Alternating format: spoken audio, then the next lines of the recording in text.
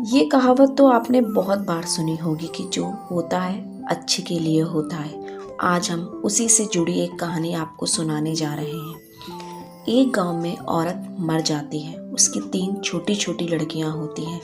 तभी भगवान यमराज को बोलते हैं, जाओ जाकर उस औरत को लेकर आ जाओ जिसकी 3 लड़कियां हैं। यमराज उस औरत को लेने नीचे जाते हैं। जैसे ही यमराज उस औरत की झोपड़ी में घुसते हैं, वह देखते हैं कि जो औरत मरी है उसकी तीनों बच्चियां उसके पास बैठकर रो रही है। यमराज को यह सब देखकर बहुत तरस आ जाता है और वो वापस भगवान के पास जाकर बोलते हैं कि हे प्रभु, मैं उन तीनों बच्चियों का रोना नहीं देख सका, इसलिए मैं उसकी माँ को नहीं लेकर आया। तभी भगवान उनको बोलते हैं कि तुमने ऐसा क्यों किया?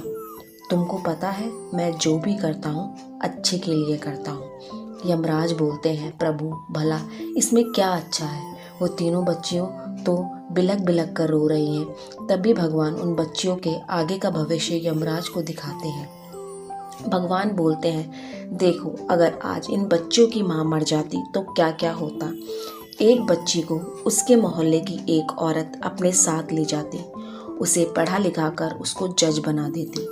दूसरी बच्ची को उसी औरत की मकान मालिक अपने साथ ले जाती और उसे पढ़ा लिखा कर एक अफसर बना देती। और तीसरी बच्ची को उसी मोहल्ले का एक परिवार अपने साथ विदेश ले जाता क्योंकि उसको कोई संतान नहीं थी। इस तरह से इन तीनों बच्चियों के लिए इनकी माँ का मरना अच्छा था और इनका भविष्य बहुत अच्छा होता।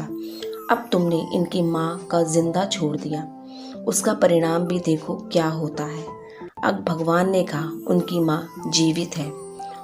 उस औरत की बच्चियों का भविष्य भी देखो। यमराज जी देखते हैं कि वो औरत को पैसे की बहुत कमी है, इसके चलते वह अपने बच्चों को ठीक से पढ़ा लिखा नहीं पाती है और तीनों बच्चियाँ अपनी माँ के साथ घर घर घूम रही हैं। उन्होंने पढ़ना लिखना छोड़ दिया है, घरों में बर्तन मांज रही हैं और पैसों की वजह से गलत संगत में पढ़कर अपना भविष्य खराब कर रही हैं। भगवान पूछते हैं, अब तुम ही बताओ कि मैं जो करता हूँ अच्छे के लिए करता हूँ या बुरे के लिए। तभी यमराज भगवान के आगे हाथ जोड़कर बोलते हैं, हे प्रभु, आज मैंने भी मान लिया कि आप जो भी करते हैं वह मनुष्य के अच्छे के लिए करते हैं।